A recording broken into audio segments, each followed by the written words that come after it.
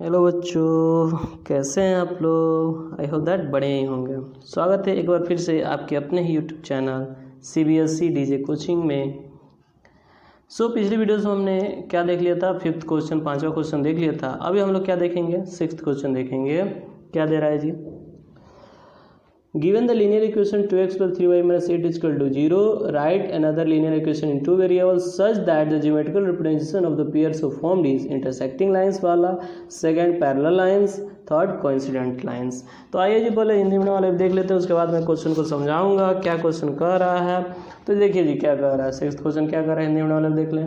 कह रहा है एक रैखिक समीकरण 2x plus 3y minus 8 is equal to 0 दिया गया है। दो चरों में कैसे और रैखिक समीकरण लिखिए ताकि प्राप्त युग्म ज्यामितीय निरूपण जैसा कि प्रतिच्छेद करती रेखाएं और समांतर रेखाएं और संपाती रेखाएं। मतलब क्या कर रहा है कि ये एक समीकरण दिया गया है, दो चर में एक ऐसी और रैखिक समीकरण लिखिए, मतलब अपने पास से कुछ ऐसा लिखिए ताकि जो प्राप्त हो हमको युग्म, जो जोड़ा प्राप्त हो वह कैसा हो, वह ऐसा हो कि यह प्रतिच्छेद करती रेखाएं हो, समांतर रेखाएं समांतर रेखा। मतलब क्या जी, आइए प्यार से समझते हैं। क्या कह रहा है कि ऐसा लीनियर इक्वेशन दे दिया गया है, कोई अपने पास से right another linear equation into variable लिखना है इस तरीके से कि उनका ज्योमेट्रिकल रिप्रेजेंटेशन यानी उनका ज्यामितीय निरूपण जो बनाते हैं हम लोग, खींचते हैं लकीर, उसी को क्या बोलते हैं, ज्योमेट्रिकल रिप्रेजेंटेशन कहते हैं।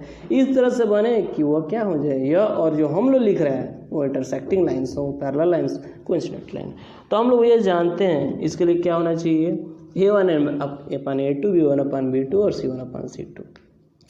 इंटरसेक्टिंग लाइंस के लिए क्या होना चाहिए, A1/A2 B1/B2 के इक्वल नहीं होना चाहिए। यानी मतलब कुछ भी लिख देंगे।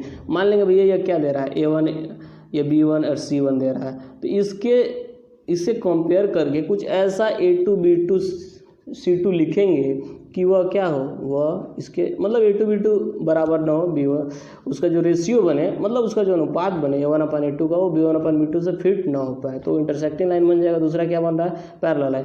पैरेलल भैया जानते हैं पैरेलल लाइन के लिए क्या होना चाहिए, A1/A2 का अनुपात रेशियो इक्वल टू क्या होना चाहिए, B1/B2 को बराबर होना चाहिए, लेकिन C1/C2 का रेशियो क्या होना चाहिए, इक्वल नहीं होना चाहिए। थर्ड क्या कह रहा है, कोइंसिडेंट लाइन। कोइंसिडेंट लाइन के लिए तीनों का रेशियो बराबर हो। आइए जी बहुत पढ़ लिए, बहुत समझ लीजिए। आइए हम लोग कुछ इसको सॉल्व करके देखते हैं। तो भैया जानते हैं, भैया यहाँ पे लिख लिया आपकी सुविधा के लिए, भैया ज़्यादा समय ना लगे। 2x plus 3y minus 8 is equal to 0 है। तो पहला कह रहा है इंटरसेक्टिंग लाइन्स, प्रतिच्छेद करती हुई रेखाएं बनाइए। तो इसके लिए हमको क्या मालूम है कि A1/A2 क्या होना चाहिए, B1/B2 के रेशियो को बराबर नहीं होना चाहिए। इसीलिए भैया क्या है, A1 2 है तो A2 हमने 5 मान लिया, B1 क्या है 3 है तो B2 हमने 2 मान लिया। तो 2/5 क्या होगा, 3/2 के बराबर होगा, नहीं बराबर होगा तो यह हो गया 5x plus 2y plus 7 हो गया। यह जो बनाएंगे ग्राफ तो इसका प्रतिच्छेद करती रेखाएं बनेगा। समझ में आया, समझ में आ गया आपको भी, बहुत simple.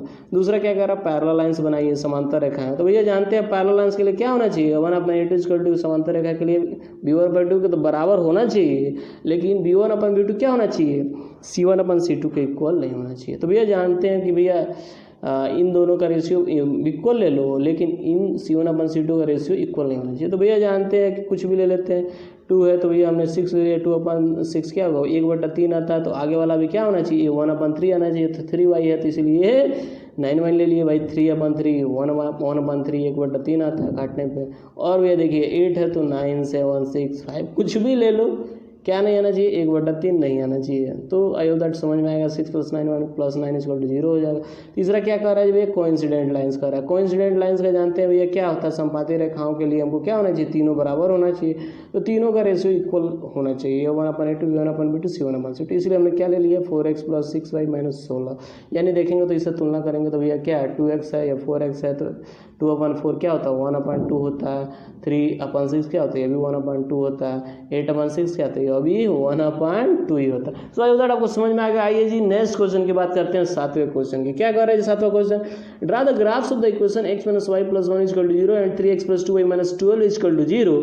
Determine the coordinates of the vertices of the triangle formed by this lines and the x axis and set the triangular region. आइए हिंदी में वाले पहले समझ लेंगे, उसके बाद मैं क्वेश्चन को डिटेल में समझाऊंगा। क्या कह रहा है जी, क्वेश्चन कह रहा है समीकरणों x - y + 1 = 0 और 3x + 2y - 12 = 0 का ग्राफ खींचिए। x अक्ष और इन रेखाओं से बने त्रिभुज के शीर्षों के निर्देशांक ज्ञात कीजिए। और त्रिभुजाकार पटल को छायांकित कीजिए, मतलब कलर कीजिए। आइए जी समझते हैं क्या कह रहा है कि जो इक्वेशन दिया जा रहा है x minus y plus 1 equal to 0 और 3x plus 2y minus 12 equal to 0, उनका तो पहले आप क्या बनाइए, ग्राफ बनाइए। ठीक, पहले ग्राफ बना लीजिए। उसके बाद जो वर्टिसेस ऑफ द ट्रायंगल जानते हैं, ट्रायंगल्स का 3 कोना होता है, उसी को क्या बोलते हैं, वर्टिसेस कहते हैं, हिंदी में उसको शीर्ष कहते हैं। भैया जानते हैं क्या होता है, एक ट्रायंगल है, त्रिभुज है, तो भैया क्या होता है, उसका 3 क्या होता है, वर्टिसेस होता है। पहला वर्टिसेस, दूसरा वर्टिसेस, तीसरा वर्टिसेस, यानी इसी को क्या बोलते हैं, वर्टिसेस बोलते हैं। इसी को हिंदी में क्या बोलते हैं, शीर्ष बोलते हैं। समझ में आ गया जी। मतलब जब आप ग्राफ बनाएंगे तो उसमें एक ट्रायंगल बनेगा, तो भैया क्या करना चाहिए, जो ऑर्डिनेट्स आएगा, जो हमको क्या प्राप्त होगा, निर्देशांक प्राप्त होगा, उसमें उस ट्रायंगल का क्या बताना है, वर्टिसेस शीर्ष बता देना है कि कौन कौन से पॉइंट पे उसका वर्टिसेस बन रहा है, उससे और किस से, एक्स एक्सिस से। जानते हैं भैया क्या होता है, 2 एक्सिस होता है, या एक्स एक्सिस है या वाई एक्सिस है, तो एक्स एक्सिस से बताना है। ठीक है, चलिए जी ये कन्फर्म हो गया। और जो ट्रायंगल आएगा उसको क्या कर देना है, उसको कलर कर देना है, सेट कर देना है कि भैया चलो रंग दिया आपको। ठीक है, ऐसे कर देना है। आई होप दैट समझ में आ गया होगा क्वेश्चन, ज़्यादा भी नहीं समझना अच्छी बात नहीं है। तो आइए जी हम लोग डायरेक्ट अपने क्वेश्चन में प्रवेश करते हैं, एंट्री लेते हैं। चलिए जी क्वेश्चन को देखते हैं। भैया देखिए जो दिया उसको पहले लिख लेते हैं। Pair of linear equations are, रैखिक समीकरणों का क्या दिया जा रहा है, x माइनस वाई प्लस 1 दे रहा है। और तो भैया इसको सबसे पहले क्या ग्राफ बनाना है, तो बॉक्स बनाते हैं। x इक्वल टू क्या हो जाएगा, y उधर जाएगा तो माइनस हो जाएगा, 1 उधर जाएगा तो y उधर जाएगा तो प्लस हो गया है, और 1 इधर गया तो माइनस हो गया। अब ये जानते हैं यहाँ पे y का मान कुछ रखेंगे तो x का मान कुछ आएगा, तो हमने भैया y का मान 1 रखा है, तो 1 रखेंगे तो 1 माइनस 1 यानी 1 में से 1 घटेगा, वो x का मान कितना आ जाएगा, 0 आ जाएगा। उसी तरह भैया जानते हैं अगर हम लोग y की जगह 5 रखते हैं तो 5 में से 1 घटाएंगे तो कितना आएगा, 4 आ जाएगा। अगर y की जगह पर 3 रखते हैं तो 3 से 2 घटाते हैं तो कितना आता है जी, 3 से 1 घटाते हैं तो 2 आ जाता है। तो इस तरह से भैया जानते हैं पहला हमने कुछ टेबल बना लिया। दूसरा टेबल भैया जानते हैं बनाते हैं, 3x plus 2y minus 12 equal to दे रहा है, तो इसको दे रहा है तो क्या करेंगे भैया, हम लोग इसका भी टेबल बनाएंगे। 3x plus 2y minus 12 equal to 0 जानते हैं, 3x इक्वल टू अगर इधर भेजा जाए तो माइनस 12 जाकर प्लस हो जाएगा, और ये प्लस 2y जाके माइनस हो जाएगा। अब ये जानते हैं x इक्वल टू लिखेंगे तो 12 माइनस 2y अपन 3 हो जाएगा, इधर क्रॉस मल्टीप्लाई हुआ है, 3 गुणा हुआ है। तो भैया एक्स वाई का यहाँ पे बॉक्स बना लेंगे। बॉक्स बना के क्या देखेंगे भैया, वाई का जगह पे क्या रख रहे हैं हम लोग, वाई की जगह पर 6 रख रहे हैं, मान लीजिए 6 रख रहे हैं यहाँ पे। ठीक है, तो 6 × 12 यानी 6 × 2 यानी 6 दूना 12, 6 × 2 12, 12 में से 12 जाएगा क्या हो जाएगा, 0 हो जाएगा। और 0 को किसी से भी क्या करते हैं, कुछ भी करते हैं, गुणा भाग करते हैं तो क्या आता है, वह 0 ही आता है। चलिए ये समझ में आ गया। फिर देखते हैं वाई की जगह पे क्या रखे, 3 रखे, तो 3 2 जा 6, 3 दूना 6, 12 में से 6 जगह 6 आएगा, और 6/3 यानी कितना आंसर आएगा इसका, x आएगा 2। चलिए अगर मान लीजिए y की जगह 0 रखते हैं तो 2 × 0 0 हो जाएगा, 12 में से 0 जाएगा कुछ आएगा, क्या आएगा, 12 ही आएगा, तो 12/3 क्या हो जाएगा, 4 आ जाएगा। तो ये हमने बना लिया जी। अब जानते हैं भैया हाईएस्ट कितना जा रहा है, x पे 4 जा रहा है, y पे कितना हाईएस्ट जा रहा है, 6 जा रहा है, यानी x एक्सिस पे 4 के आसपास बना लेंगे, और y एक्सिस पे भी क्या करेंगे, 6 के आसपास बना लेंगे पॉइंट। और क्या, तो ये देखिए मैंने यहाँ पे ऐसे बना लिया कि भैया चलिए 0 1 2 3 4 5 6 ऐसे बना लिया एक्स एक्सिस पे, और वाई एक्सिस पे 1 2 3 4 5 6 7 बना लिया। अब देखिए भैया क्या करेंगे, सबसे पहले दे रहा है कि भैया क्या x 0 और y क्या 1, तो x 0 और y क्या 1, तो ये हम लोग का ये जो पॉइंट बन रहा है यह क्या बनेगा, x 0 और y इक्वल टू 1, ये पहला पॉइंट मिलेगा। दूसरा क्या, x क्या 4 और y क्या 5, x क्या 4, देखिए x4 और y क्या 5, तो यह बन जाएगा हम लोग का दूसरा पॉइंट, x4 y 5। तीसरा क्या बन रहा है जी, x2 y 3, x क्या है 2 और y क्या है 3, तो यह बन जाएगा दूसरा पॉइंट x2 y 3। तो चलिए जी ये बन गया। इसको क्या करेंगे जी, इसको हम लोग किससे मिला देंगे, इस तरह से मिला देंगे लाइन से। ठीक है, इस तरह से हम लोग मिला देंगे। चलिए आगे हम लोग देखते हैं, आगे इसका x0 y 6, x0 और y क्या 6, तो ये बन गया x0 y 6, ये समझ में आ रहा है। फिर दूसरा x2 y 3, x2 और y 3, अरे इसी पॉइंट पे बन रहा है, कोई बात नहीं, इसको हम लोग देख लेते हैं x2 y 3। थर्ड क्या x4 y 0,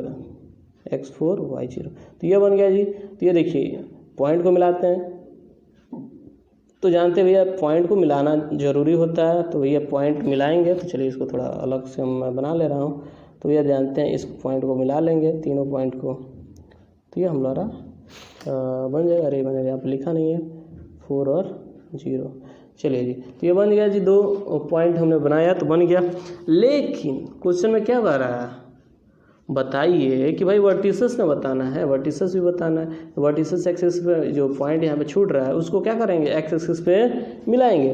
तो एक्स एक्सिस पे जो हम लोग मिलाएंगे ना स्केल से जब मिलाएंगे तो कुछ ऐसे कट करके वो निकल जाएगा, मतलब इस तरीके से आएगा और इस तरह से कट करके क्या होगा, इस पॉइंट से कट करके निकलेगा।